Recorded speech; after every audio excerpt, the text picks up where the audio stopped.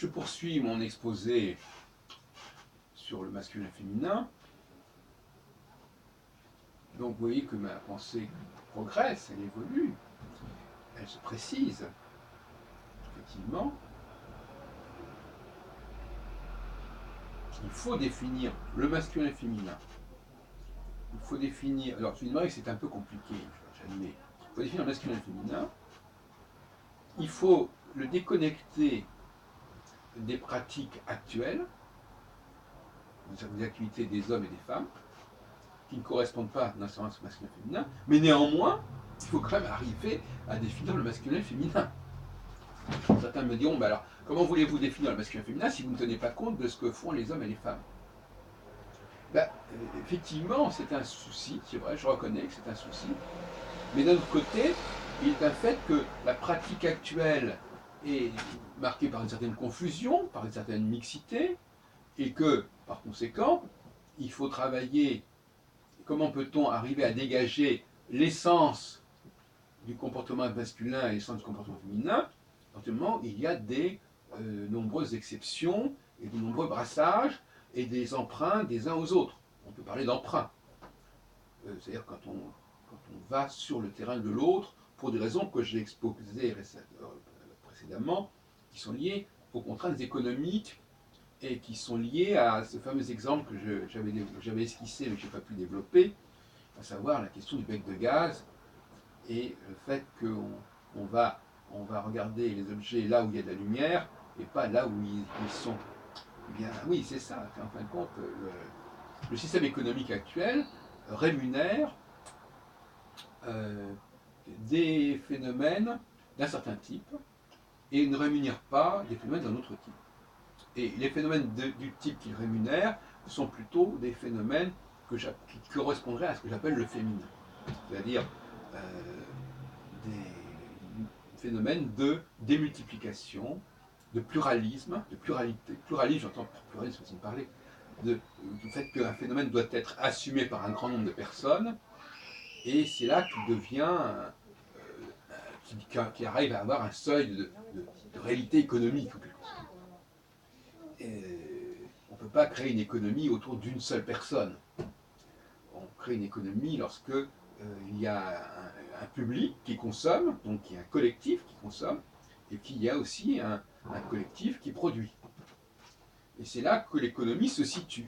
Or, en réalité, l'économie, elle dépend de quelques chercheurs, de quelques créateurs, et donc elle existe, elle est dépendante d'une source qui se trouve en amont.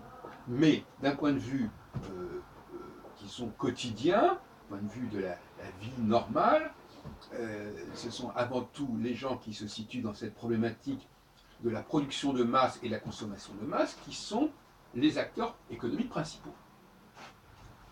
Et c'est là il y a une ambiguïté, parce qu'on veut créer des emplois, mais on ne peut pas créer des emplois si les produits ne sont pas assez performants. Donc c'est bien gentil qu'il y ait des gens qui produisent et qui achètent, mais il faut aussi que les produits soient performants, et ça dépend des valeurs masculines. Donc s'il y a une insuffisance des valeurs masculines, c'est toute l'économie qui en souffre, c'est toute la compétitivité et la productivité qui va en souffrir. Et c'est là qu'on voit, et ça sera ma conclusion, que finalement, le féminisme en Occident affaiblit l'Occident.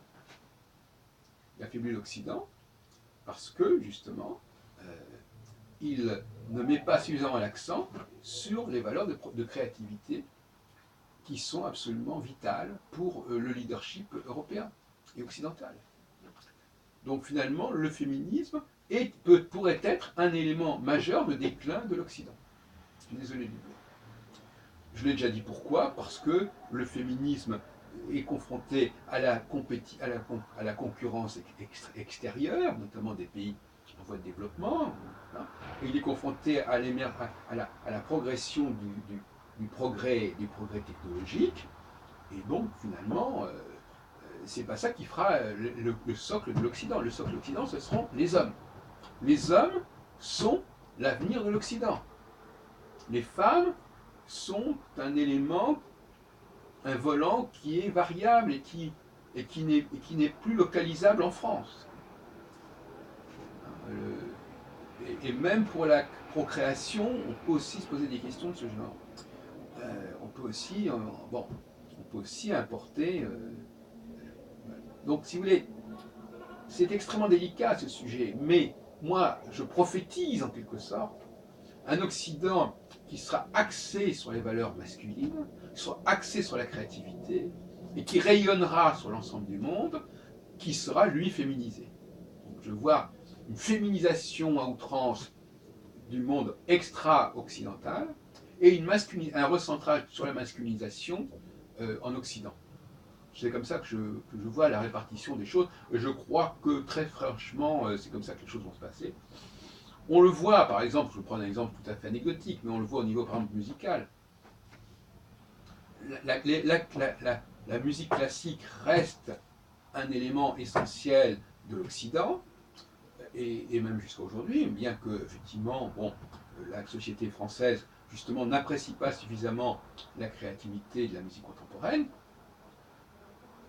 mais il y a maintenant les œuvres des grands compositeurs européens sont jouées partout.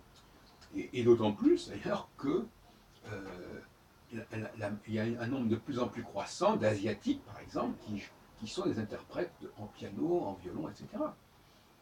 On prend par exemple l'école normale de musique de Cortot, et c'est hallucinant. Moi, j'ai assisté au concours, 80% des étudiants qui se présentaient étaient des Asiatiques. Bon, avec des noms imprononçables, c'est un problème encore. Donc, effectivement, l'Occident va enrichir, effectivement. Alors, le problème, c'est qu'effectivement, quand on n'a pas le nombre, on n'a pas forcément le pouvoir. C'est une des plus graves questions qui puisse se poser. Nous vivons dans un monde où il y a soit le pouvoir du nombre par la démocratie, soit le pouvoir des armes, etc. Donc, ça n'est pas très favorable à l'émergence d'une élite et d'une minorité particulièrement avancée. C'est là qu'il y a un problème. Donc, c'est les institutions elles-mêmes qui vont devoir être revues. Le suffrage universel qui met en vrac les hommes et les femmes pour les élections, ce n'est pas très clair. Je pense, pour ma part, je l'ai déjà proposé, que les électeurs doivent être des femmes et les élus doivent être des hommes. Hein, globalement. Hein. C'est-à-dire que le rôle des femmes, c'est justement massivement de porter leur voix, c'est comme le problème du spermatozoïde et de l'ovule, porter leur voix vers certains personnages, certains hommes, et voilà. Mais elles ne doivent pas être élues. C'est ça. Là, on retombe dans la dualité yin-yang. Les femmes élisent collectivement des individus.